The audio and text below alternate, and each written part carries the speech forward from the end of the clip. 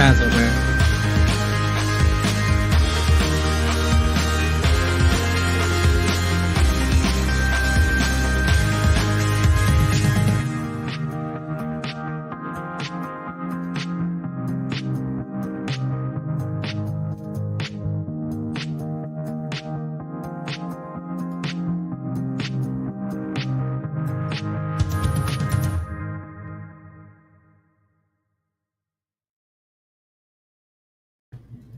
Hello, everybody. Welcome to Big Bad Online. I hope everyone is having a great time as we ramp things up. I know I'm super excited to get into it along with my esteemed co-speaker. But I thought we could introduce what this panel is, what it's about, what's going on. So basically, we're here to ask the question of why do monsters have stat blocks anyway? We're here to get into a really interesting topic. I think before we talk about the topic and introduce it, I'd like to introduce ourselves. So hi, my name is Ray. My pronouns are he and they. I am a game designer. I like to joke with my partner. I've been tricked into becoming a writer. I was working on some stuff the other day, obsessing over a single paragraph for about 30 minutes. And I was like, I got tricked into being a writer. I thought I was going to make games. How did this happen? So that's me. I'm mostly known for games like Apocalypse Keys, Our Hunt, Once More Into the Void, Cozy Town, which is a super different game from all the other things I do. But yeah, I like to make games. You can find them on itch.io and other things. Apocalypse Keys is on Evil Hat, which is pretty cool. But yeah, Connie, tell us about yourself. It's me, Connie. Hey, everyone. My name is Connie Chang. My pronouns are they, he, and she, as you can see at the bottom here. I am an actual play game master with Transplanar RPG, which is an all transgender, people of color-led, dark fantasy actual play channel telling stories set in an original non-colonial anti-orientalist multiverse. When I'm not GMing on Transplanar, I am a game designer. Most recently, I think it was announced that I'm publishing God Killer with Evil Hat, which is a holy punk duet game for one player, the God Killer, and one game master, God. And I've published a couple of small micro RPGs and modules and whatnot on my personal itch. But outside of that, I have been a narrative designer with Bungie. So that's kind of the scope of my game design experience. And a lot of the hands-on experience I have with the topic for tonight about anti-colonial game design is through actual play and world building through actual play through a non-colonial and anti-orientalist lens. And also on the game design perspective, God Killer, I mean, a name like that, game like that, very violent in a lot of ways, about power, about divinity, mortality, about heresy, all these things interface with questions of colonialism, questions of imperialism as well. And there's no better co-host, co-panelist that I would rather be discussing this topic with than the immaculate Ray. I mean, I feel like, it's so hard to exist in this design space and not have a conversation with colonialism, right? So, which is what we're talking about today. I want to give credit to Connie for coming up with the amazing text description for the panel. It's really good stuff. So I feel like I'll just read it out to sort of get everyone into the groove.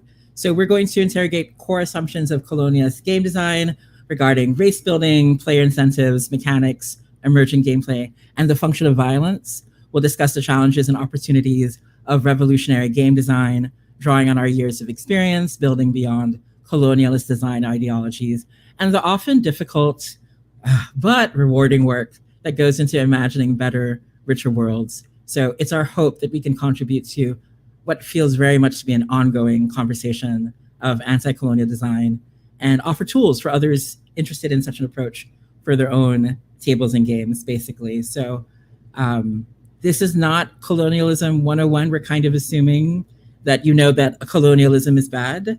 And that you know what also, it is. Yeah, right. Oh, yeah. Gosh, I feel like that's yeah. I was just thinking, man, that breaks off into different things, but at least a general idea of what colonialism is.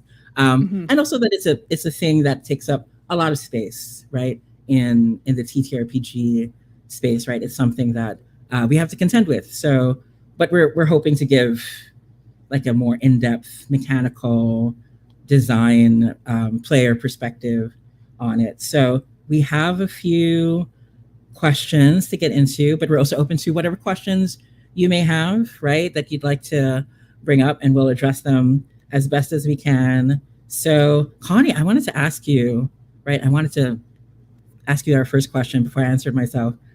So, what are your goals and intentions when it comes to anti-colonial design and play? And so, what does that look like mechanically, right? But we can look at your intentions and goals first, right? Right. Yes, of course. Both are important, of course. So, for me, my overall biggest big picture goal for anti-colonial design and play is indulging in radical imagination toward better worlds beyond this one, right? So for me, play and performance, because I'm an actual play game master and player, as a method of exploring what is possible beyond the limitations of this world, beyond the limitations of the language of this world, beyond the limitations of the ideologies of this world, beyond the limitations of essentially like the bigotry and the hegemony that already exists in this world, right? So I also want to make it really clear that that doesn't mean I'm striving toward perfection. It doesn't mean I'm striving toward like a utopia where there's no conflict whatsoever. In fact, it's kind of the opposite. It means being able to hold space for worlds where there is conflict. There may still very much indeed be violence. There may still very much be friction, right? Places of disagreement, places of limitations, even boundaries, but not where those things are predicated on like the dehumanization of my players, right? Or of the peoples in the world that we're playing in, but rather fruitful conflict and not fascistic or imperialist or colonialist conflict, which is different from like depicting colonialism in games, is different from reinforcing colonialist ideologies, which I think is where a lot of like misunderstandings and friction occurs when we talk about anti-colonialist design. And again, just one last thing about like the utopia, the perfection side of that. I actually think that striving for a so-called quote unquote like perfect world, or like thinking of play as, you know, a way to just kind of like make everything as like friction free, like sand off all the edges as much as possible, constantly all the time. Where while I do think there's a time and a place for it occasionally as a perhaps like an escapist tool, ultimately I do think it honestly it kind of comes from like a white supremacist place, ironically enough, because it's like white supremacy can't hold space for difference. It seeks to kind of like smash and like remove all nuance, remove all exactly, remove changes, everything, differences. right? Remove all differences from conversation and from play and from creation. And what it looks like mechanically for me as a game designer is making sure that any of the rules, the mechanics, the fiddly bits, the toys and the tools, right, that I'm offering both game master or the player, depending on the kind of game it is, do their best to not enable, invite, or reinforce behaviors or outcomes that reify hegemony, right? So for example, I would say like the concept of fantasy races, I would argue reifies hegemony, because it says if you have fantasy races in your game, and even if you try to tackle it in a way where it's like not negatively stereotypical, like, oh, you still have orcs, but like orcs are hunter-gatherers and they're not all, you know, these messed up racial stereotypes rooted in, you know, logics of anti-indigeneity and anti-blackness, right? Still, you're still saying that fantasy races exist and that there are strata of people who are ontologically different from each other. And I think that's a very imperialist and colonialist mind view, for example. But that's a really long-winded way of me describing what I mean by that. And I'd love to bounce the same question back at you, Ray. So what are your goals or intentions with anti-colonial design or play? And what does that look like mechanically for you? Yeah. Oh my gosh. I'm trying so hard to resist like jumping in and responding to all the good stuff you said earlier. But I will remember it. I will remember it. So for me, it's so interesting though. And it's really amazing. Like it's such hard work where you are imagining a space beyond white supremacy, beyond the hegemony, beyond colonialism. And that's amazing work and very difficult work. And I realized as you were talking that it's been very much the opposite for me, in that, because like the anti-colonial stuff just sort of like snuck up on me. Like I didn't realize as a designer how important that theme would become to me, and just becomes more and more important. When I first started designing games, it would like show up once in a while, but I think it really came together and it really showed up in Balikbayan, returning home, when it's so hard to describe it. Like the feelings of like this deep rooted grief and this deep rooted like rage that comes from being a colonized person who continues to live in a world that is torn apart, and continues to there are very few people who benefit from colonialism, and there's so many of us who continue to suffer like within that space. And so when I design games, my intention is to draw attention to it, to like look at it, to but like engage with it, because like it's really difficult to ask people to be in that space, right, without a feeling like despairing. I think that's why for so many of us it's hard to even go along our personal journey of decolonization, because it feels so overwhelming. But I feel like I've discovered that through TTRPGs, it can be such a fruitful, exciting, collaborative, and truly compassionate way to engage in that space without giving into despair, right? Without giving up, basically. And so Balikbayan is basically the first time I realized how important it is for me to create a path to hope while understanding how difficult that path is, to look at that path and to also know that you're not alone. Because the cool thing about TTRPGs, for the most part, they're like some form of like communication and collaboration between at least you and one other person. I would argue even in solo games, you are collaborating with the solo designer of the game, right? It's still happening. But right, so I really try to address things like violence. I try to address things like even love and relationships in an anti-colonial space is very different in a space like in a very colonized space, right? The way that violence has happened onto the Philippines, for example, is love can only happen between man and woman, and this is how we define man and woman. It can also be monogamous, right? It has to be all these other things. So trying to explore other forms of love and relationships outside of that framework, and also really, which in part is also addressing the myth of individualism, and really like, because to me, like an important part of anti-colonial design is learning how to interact with the world and with other people and with those you care about, and what that means, right?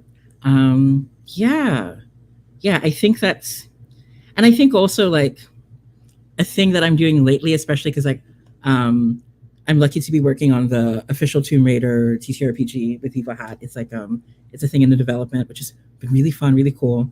And what I've been doing there, like intention wise, is really like exploring your sense of place, in the world, like physically, but also culturally and also socially, and challenging the idea of the singular narrative, because like colonialism and white supremacy loves to tell this fairy tale that there is one story that applies to several people and several groups, when a very anti-colonial narrative for me is that there are several narratives, there are several perspectives, and how, what does it mean to explore and understand and accept, but also like push back on certain perspectives, right?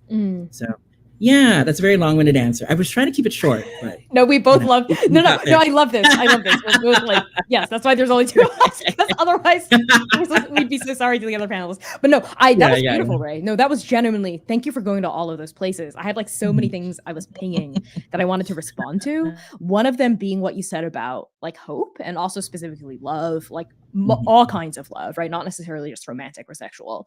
And I think that is it for me. That's why I am drawn to anti-colonial design. I think for me, it comes from a deep place of rage, yes, of grief, yes, of emotions that feel very much like blades and weapons, but also ultimately the reason why that grief and that rage and that anger is coming up for me is because I think I'm a deeply hopeful person. I think oftentimes perhaps to my own detriment, right? Like, because I believe that a better world is possible, right? And I'm impatient. I'm an Aries. I don't want to wait. I'm not going to wait. I've never wanted to wait. Right. Even when I was a kid, you know, like Yeah. 7 years old, I thought I was cis. I didn't know being Mhm. trans was like a thing that even could a person Mhm. could be, you know? So I was Mhm. like, Mhm. hey, patriarchy sucks as like a 7-year-old, right? But the adults around me would be like, but that's just the way of the world. And I'd be like, no, it shouldn't be this way. Why is the world this way? I think that is a Yeah. question that a lot of children, especially Mhm. children who very Mhm. explicitly and Mhm. reflexively suffer abuse or like witness oppression in a lived experience, in a lived way, like that's a big question we have in childhood, is like, why is the world this way? And it's everyone around us telling us, well, that's the way that's just the way it is. You know, oh, capitalism is just the way it is. Oh, patriarchy, that's just the way it is. You know, men are the heads of households, women do that, right? Or like racism, that's just the way it is. You know, that's just the way it is. Which is a really defeatist and a really, I think, like a really oppressive, like internally oppressed way of thinking, right? Because I think the lack of hope, I think despair is what power wants, right? Is what hegemony Right. wants from you, to not fight Yeah. back, right? And hope Mhm. is such a danger, such a threat, right? The ability to imagine worlds beyond this one, to imagine better realities. And I'm impatient, so I'm gonna just make it happen, right? So if I can't go out there and just wave a magic wand as a GM and just like try to fix everything that I can, which I don't think I would do that even if I had the capacity, because it would take a lot of reflexivity if I had the ultimate power of a reality maker. Right. If I was like Wanda from WandaVision or something. Mhm. Um, Mhm. but that's why I'm so drawn to TTRPGs, because it's a space where I get to think of the better worlds that I want to see and see them reflected in play and share that experience with other people who also want that, right?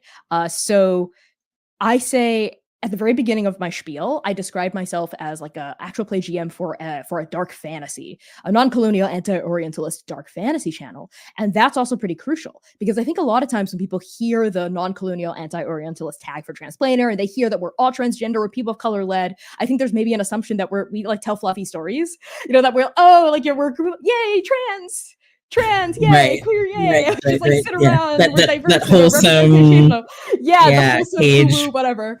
And then they tune in and it's like off the wall. Like there's grief, there is rage, there are flawed, messed up characters. I don't know what the swearing is like here, so I'm not gonna drop any F-bombs necessarily. There's deeply screwed up, Mhm. messed up Mhm. characters. There are Mhm. really complex villains who do terrible things. There are terrible people, right, in the stories I tell, right? But we're still making space for that complexity, for those flaws, to be able to have room and breathe and be nuanced and be complex, because we are playing in a world where racism, for fantasy racism isn't the big bad, right? Where the fantasy racist is not the big bad, right? It's other things like you know, more fantastical, uh deeply personal, but also universal struggles that become the villain, as opposed to like the structure of the game itself being an oppressive engine for colonialist violence,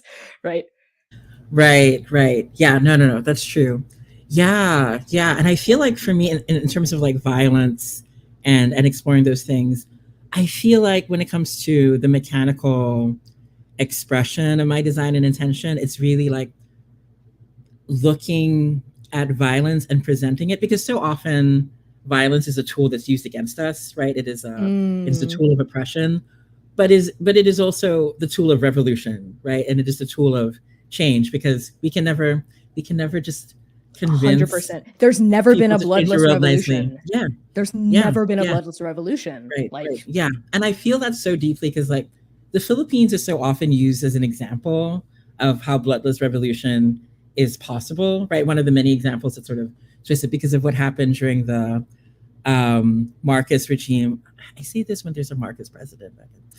Oh, okay. But anyway, so, but basically, it's so those pictures of people at protests placing flowers in tanks. This is such an important, evidence of like violence is not the way. but it erases how there was so much violence to fight to get to that point, and how there was so much more violence after that point to truly oust the dictatorship at the time, and how it's an ongoing struggle. Like just the fact we're back here, circling back, around dictatorship here in the Philippines is proof of that. And so I try to present in many of my games, like, what is violence? What does it mean to use violence? How do you use it to fight for what's important? How is that different from the violence where you just take things, right? And you just expect to be able to take them just because you are quote unquote stronger.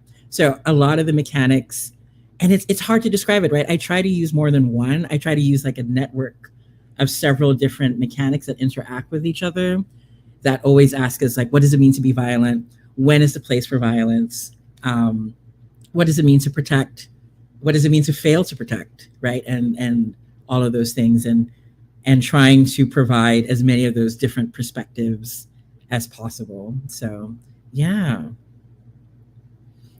How do you feel like in terms of like trying to mechanize, trying to structure these intentions that you have, right? As a GM, as a designer, like what is it that you like? What are some habits or what are some patterns that come up for you? Yes. So TTRPGs are such a, for me, fun design space because I feel like there's no book, no golden rule, no law on how to make a TTRPG in a way that is both extremely freeing and exciting and also very daunting. Because, for instance, in like video game design, there are a lot of like bastions of institutional knowledge about what a game should be. Like, oh, there's AAA, there's indie, and with it, there's these kinds of games. This is what works in this kind of game. This is good level design practice, right? This is good, narrative and even narrative design. It's a very new, fairly emergent field, but there's already still institutional knowledge built into it. Whereas in TTRPGs, it's kind of like, go. And it depends. It kind of depends on the engines you're used to working with, right? The play cultures that you've immersed yourself in, the different kinds of oral histories about TTRPGs and game design that you are a part of. So for me, I'm kind of torn because on one hand, yes, I'm very much of the camp where I do believe the design matters in some way, shape, or form. What matters means it's up to debate, but I do think the design matters. Like what you put in the book matters. Obviously, the players and the GMs can take whatever they want of your rules. Like there's no way to enforce it right at a table. And that's part of what makes TTRPGs fun. Right. So I do my best to write mechanics and rules that would invite possibilities for non-colonial or anti-colonial methods of engaging with conflict, engaging with emotion, engaging with relationships, engaging with violence, and at the very least, make people interrogate why they would choose to perform one action versus another in order to address a conflict that's happening in game. So, for example, in Godkiller, it's a PBTA. Kind of. It's mostly like a PBTA game where there are moves. There's one player, though I'm working on like a multiplayer variant, which is a lot of fun. Yeah. There are 3 types of moves that are separated into mortal moves, divine moves, and crucible moves. And mortal moves, you don't roll for them. How they work is you, as a player, you answer one question, and the GM always answers the other. So every mortal move is like a set of questions. So that means no matter what, and I specifically designed the questions to have kind of like one of them would give you like a bit of a boon, like it'll give you like a way forward, and the other one will like kind of give you a consequence. So you can either decide for yourself whether you want to have agency over what the consequence is or over what the reward is, essentially, and the GM decides the other. And that, I think, my intention for that was to kind of force the player and the GM to share storytelling capacity. So if you were engaging with mortal moves, you would always be guaranteed to have like agency over at least one of these 2 things. And you would, and it's not just you just gain something without losing something, right? Or you lose something without gaining something. There's always a give and a take. There's always a push and a shove. the questions themselves also deal with, I think, in particular, intimacy in ways that force you to both play a complex character and make the other characters around you complex and flawed, even if neither of you are starting in that position as players or as storytellers, right? So if for example there's a table where people just kind of like commonly portray NPCs as kind of like one-dimensional stereotypes or caricatures, by engaging with the mechanics, you're kind of forced to give them depth. Because a question, to be able to get something out of someone, one of the questions you can ask is like, what? It's something I'm like revealing the fact that I like, it's been a minute since I've revisited the Ashcan myself. One of the questions for like connecting with someone is like, what about us, right? Like is similar, right? And what about us like can never be reconciled? So there's like, it's something like that. So like you always have to think deeply about your relationships with people. And that was the design behind it. And I think that's a kind of like non-colonial way of approaching thinking of no. I was thinking that's so true, because like a very colonial like design mindset is that you are automatically the hero. Everybody else is either automatically helping you or automatically an enemy. Like there's very little nuance, right? Yes, exactly. And there's very little complexity, and your intentions are always good, and so it doesn't matter what you're doing because you're trying to do the right thing.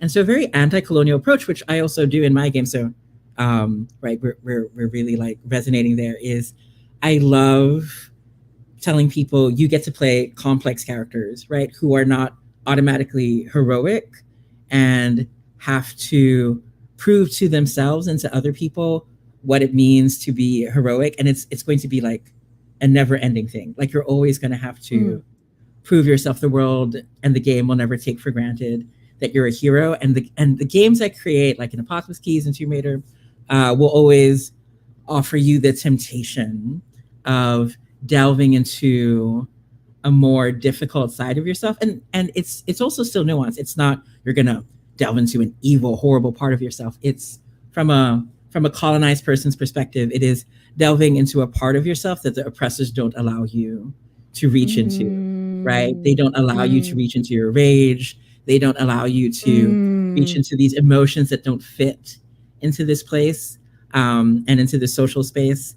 So I always try to also offer that. And I always try to offer complex NPCs and characters. Like in someone has accused, rightfully so, that in Apocalypse Keys, half of the moves are generating new NPCs. And it's true, right? Because I am so obsessed with the we're not so different, you and I kind of like drama. Oh, that's it. It's so sexy. You know, I love that's that. That's like 50% of Apocalypse Keys. Not so much in Tomb Raider, but in Apocalypse Keys, it's definitely there.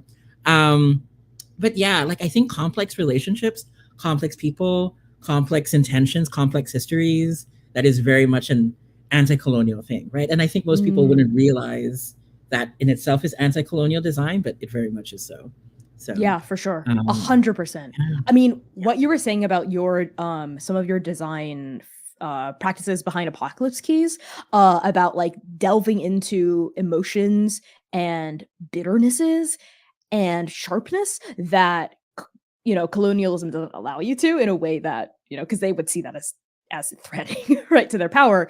That that made me think of an aspect of my design in Godkiller, which is Origins, which is essentially like this version of playbooks, but the way they work is very different.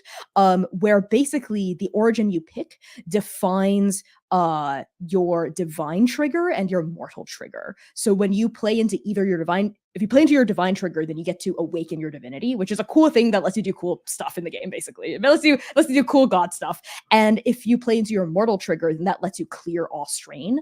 And it's the only way mechanically that you can clear strain in the game. Yeah. Like I don't provide rules otherwise, you know, so it's like you're very, so the players are incentivized to engage with these triggers as much or as little as they want to. But for instance, one of the origins is the wronged, and their divine, like their whole thing is like a god wronged them, and they're like, you know, it's like the edgelord, right, origin that I love so much. right. And their divine trigger is when they turn to violence against someone who slanders or mocks their pain, awaken their divinity, which was, you know, So like you get to play both, the reason why you signed up for this origin, which is to be a brooding, dark, kind of edgy character, but also your mortal trigger is when you share your hidden pain with someone who has broken your trust, you clear off strain.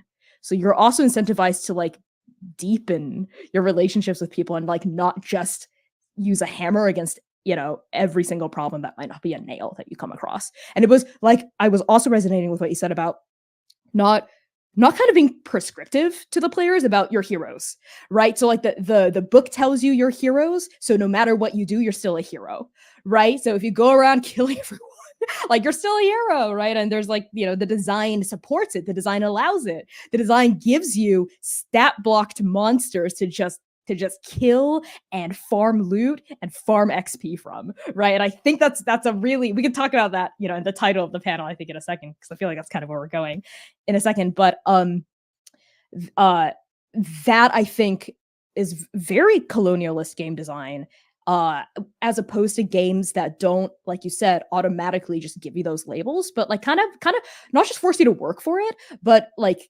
invite you, encourage you, and show you that it's fun and interesting to think about these questions more deeply, right? Like, I think it could be fun to think about what does it mean to be a hero, right? Both in terms of power, but in terms of like personally, right? What does it mean to be even a monster, right? Both in terms of power and both personally as well. And for God Killer, it was really important to me that I didn't prescribe what the God Killer was. The only thing that all God Killers are capable of doing, it's right on the tin, is you can kill gods. You're the only mortal in the world capable of killing a god. That's it. What you decide to do with that power will define you in the game. And if you just go around killing gods, you could do that, but then you'd never interact with the other equally as fun, and that's on purpose, move, spare a god. Right? You get the exact same rewards out of killing a god versus sparing a god. You get to like seize a semblance of their power for yourself. You get to do all these cool things if you kill a god, but you also get equally as many cool things if you spare a god, and sometimes sparing a god is more interesting, right? Because the question for the God Killer isn't, are you able to kill this god necessarily, even though that might be a part of your quest? It's, what will you choose to do in that crucial moment? Like, and that choice, the game being defined by choice. What question will you choose to answer in the mortal move? How will you choose to interface with this conflict? And giving you tools that will paint your choice one way or another in the game text itself. Yeah. I was thinking about how, like, because we've been talking about PBTA, right? And I feel like other similar systems in the space, like Forge in the Dark and all these other things, it's because like a huge challenge, right?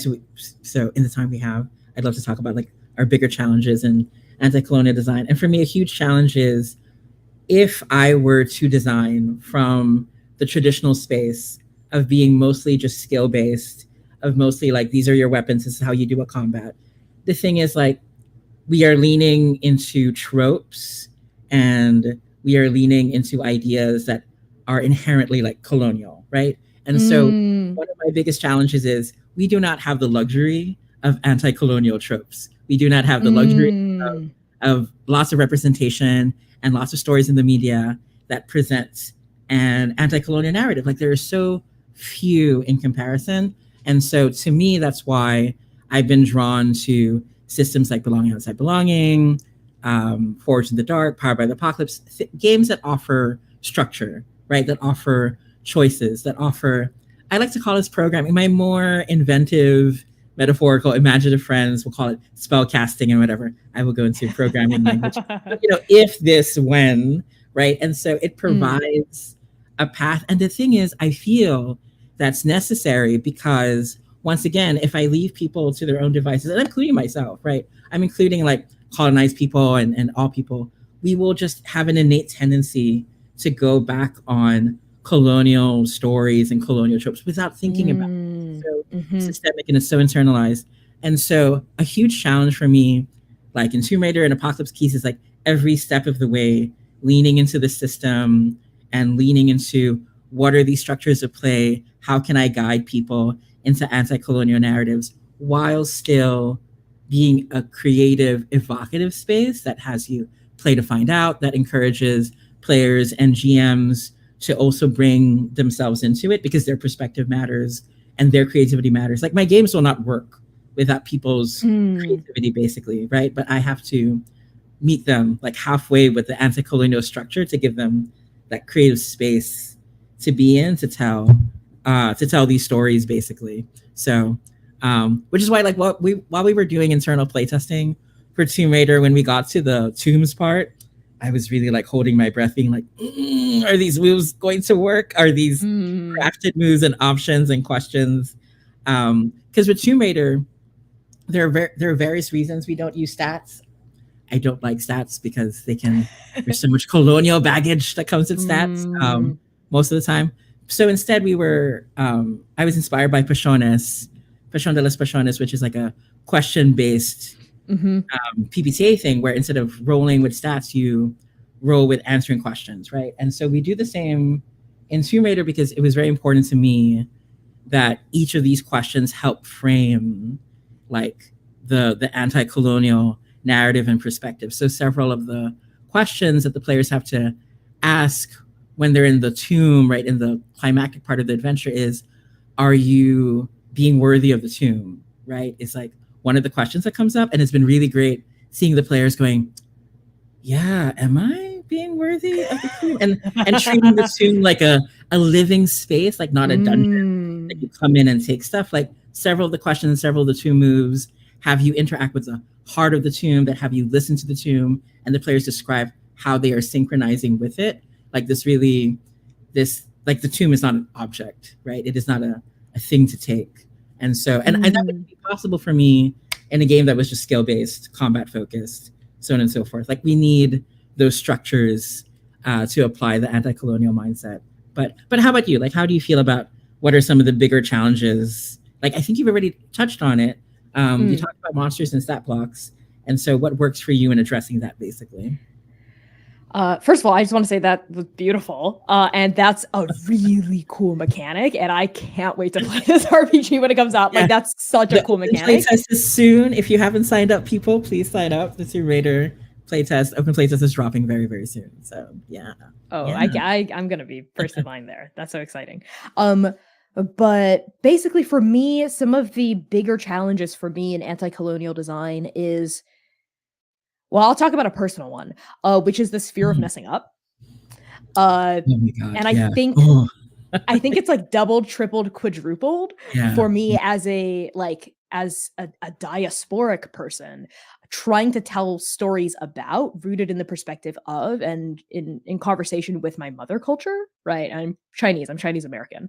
And I think that can be an incredible burden, right? Especially as, you know, we add in the vectors of transness, we add in the vectors of queerness, right? I know for a fact that if I like, quote unquote, like mess up in some way, or even if like someone just doesn't like what I've done, like when I've been trying to critique colonialism and they're like, you know what, this actually reinforces it. And they may or may not be accurate. They may or may not be right. It doesn't matter, right? The backlash I receive is going to be like kind of like tenfold, right? So that's always in the back of my mind as like an actual play performer as well. There's a lack of media representation. There's so few of us in the space that pressure is so intense. Yeah. The pressure is huge because like you're seen as like, okay, the chance, right? Like, okay, society's going to give you a chance. And if you mess up, you're going to set everyone else back for like 5-10 years or something. And like, it's so real. The pressure is so real. So I'm constantly negotiating that pressure as a performer too, because I don't just kind of like, of course, like there's a very public facing part of being a game designer, right? When it comes to playtests, when it comes to seeing like reviews of your work, when it comes to seeing like the greater play culture develop around your game after it's released, like that's all like a lot. But I think for me, there's an added visibility of being an actual play performer where I'm not just, I often play other people's games, right? But I homebrew them, I hack them, I put them in settings that are original, that are specifically non-colonial, anti-orientalist, right? So a lot of what's being scrutinized by my audience tends to both be the way I interface with the system and adjudicate the rules, and the way, all of the things that I do as a performer, and my world building, right? All of these things kind of coalesce, right? Yeah. And there's the unfortunate truth that they will point at things you're doing, like the homebrewing, the mechanical thing, the whatever, and they'll claim that they're only critiquing those things, but what they're really critiquing is something else, right? It's the, you know, it's bleeding into, and they're pretending they're being objective. And I'm sure they believe that, well, to give them the people coming in good faith believe that they're doing objectively, but most of the time that's not the case. Yeah. For sure. And this isn't exactly about game design necessarily. But I've spoken about this at length actually on Transplaners channel in some ways, but it's also really interesting to see how the audience, primarily I think white queer audiences, because like 90% of our audience is queer in some way, like queer and trans for an all trans channel, right? Which is great, which is wonderful. That's our audience. But like a lot of like white audience members tend to not extend the same patience, the same interest 100%. and curiosity and compassion for women of color in the campaign, right? Like characters and their storylines.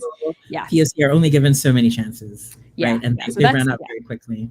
Yeah. So that's one of my major like personal challenges. I would say, what you identified as like the kind of like there's no large established institution like systematically categorized and easily archived and look searchable database of like anti-colonial tropes, right? So that's definitely the other big wall that I find myself coming up against, because I find this happening constantly as a GM. I'll be like, okay, so there's this I know I'm prepping for my next session. The players are doing this here. Oh, I think it would make sense for there to be like guards here, and like if they get caught, then they'll get thrown into prison or something. And then I have to stop myself and be like, would there be like a carceral state?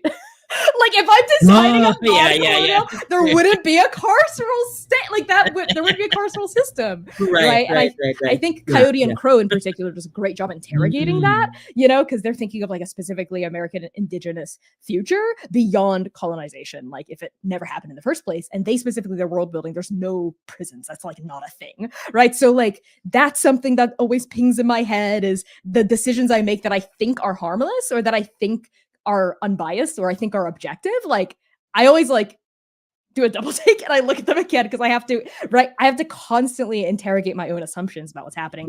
And at the same time, I think hold some space for myself, hold some flexibility, some grace and understanding for myself to like, I'm not striving for perfection here. I'm striving to like reduce harm as much as possible and reach for better, more curious, more interesting, more complex possibilities in my design and beyond.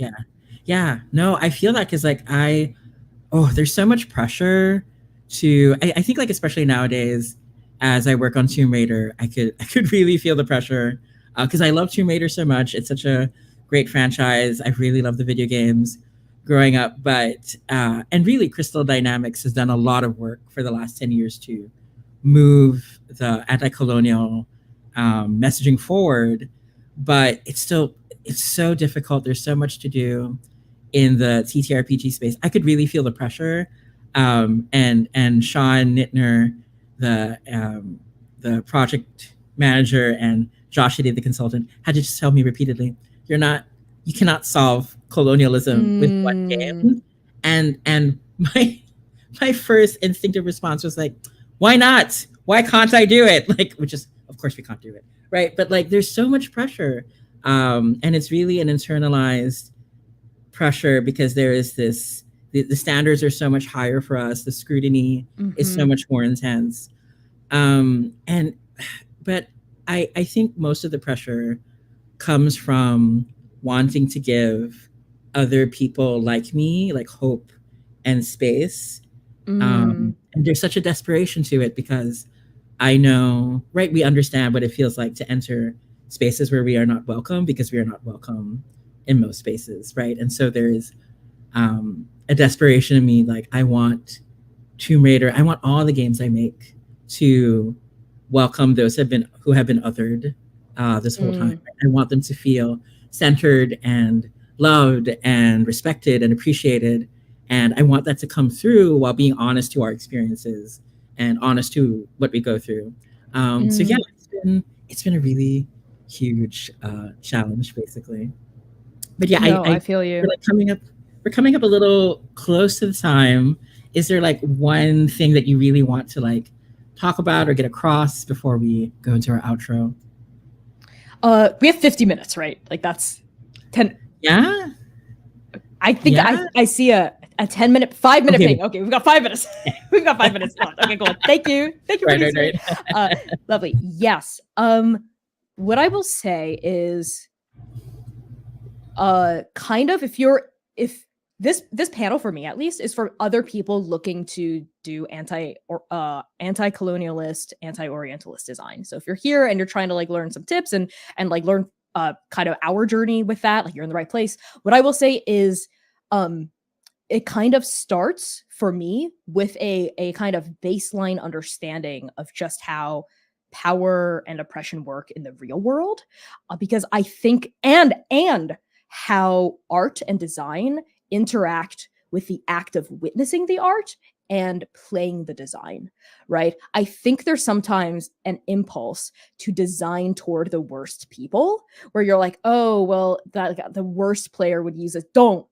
They're not your audience. What they do is not on you. What they do is not on you. Like what is on you is what you intentionally invite into the space, right? And like asking and looking for dead angles, right? Looking for places like blind spots essentially, but I didn't want to use that term because there's some ableist language I think tied up in it. So I've started saying dead angles instead, like where the dead angles are in your work. That's good. I know, it sounds cool, right? It's like, ooh, that's a dead angle, right? Okay. Yeah. And I think yes, please keep striving toward that, right?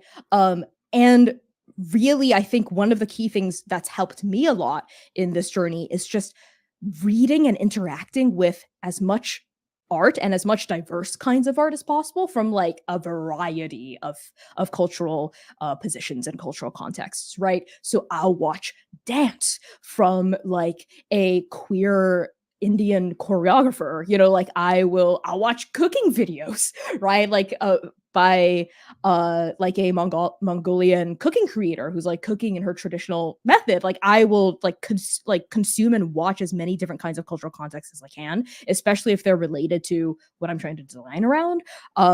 And not just like play as many games as possible, yes, but also like read poetry, right? Read fiction, read nonfiction, read theory if that's interesting to you, right? Places and different media and different, yeah. That's so important. 100%. And yeah, ultimately, I think this task is difficult and this task is complicated and this task requires a lot of intention and care and tact and a lot of energy, right? It's especially if you're like a marginalized person, if you're a person from like with a history of colonization in your home country or like in your mother culture, like it's a deeply personal and like a very energetically taxing thing to do. So also like come up with ways that you can reduce that kind of burnout and safeguard yourself, right? Make this work sustainable and make this work more than anything fruitful and creatively fulfilling, as opposed to something that drains you or hurts you. And I'd love to hear what you have to say, Ray. Yeah, I think like for me, it's really important to find your support system and find your community and design for your community, design for people like you. I think what's been most rewarding, like playtesting Tomb Raider, is seeing how much people of color and queer people are like, there's like so much catharsis in playing the game, and there's so much enjoyment in playing the game, which is also present in Apocalypse Keys. Like queer people just get Apocalypse Keys like 100% down in the bones, right? But yeah, I think like it's really important to meet where your community is, to dream together, to build together is so important, because it's the easiest way to defeat the pressures and to help find the support you need. And like you said, Connie, you can't design for bad faith. You can't create a game that's going to protect people from the worst impulses, because it's just defeatist. It's not going to work. Instead of designing games that empower, that like clarify, that open different perspectives, I think are so much more fulfilling. But yeah, so I hope that for people who are interested, please continue to support people who are trying to make it in the anti-colonial space. Please do what you can to support us verbally, vocally, financially, emotionally, whatever it takes. We're happy to have the support. Yes. And I would love to see people make more anti-colonial games. That would be super duper cool. So that's it. Thank you so much. And if you haven't signed up for the Tomb Raider open playtest, please do so. It's dropping very, very soon. You can find Connie. Where can people find you? You can find me at by Connie Chang, BYCONNIECHANG, pretty much everywhere. I'm mostly on Twitter and TikTok, and you can follow my channel, Transplanar RPG, my actual play channel, at Transplanar RPG. Transplanar spelled with all A's. There's no E in any of that. Transplanar RPG on YouTube and on Twitch. We stream Saturdays at 8 p.m. U.S. Eastern Time, except for tomorrow, where we're doing a Big Bad Con panel about grief in performance and actual play called Love Persevering. So that's at 2 p.m. U.S. Eastern Time tomorrow, right here on the YouTube live channel. And the last thing I just wanted to tell you all from my perspective is not every game is for every person. So don't feel the pressure to, design about your audience, everybody. think about what feeds you and lean into that. And I'll pass it back to you today. Perfect. You can find me on Tumblr at Temporal Hiccup and SwordQueenGames.com, and I'm happy to see you online.